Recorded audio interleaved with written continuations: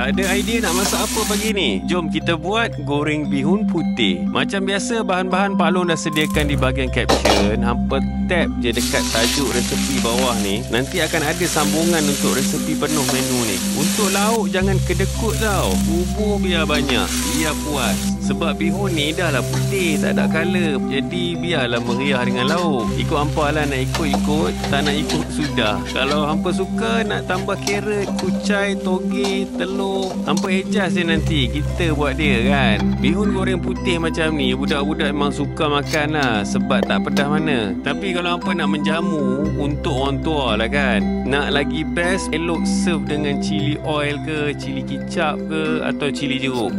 Lagi komplit lah rasa dia. Selamat mencuba. InsyaAllah barang jadi ni geng. Korang nak rasa?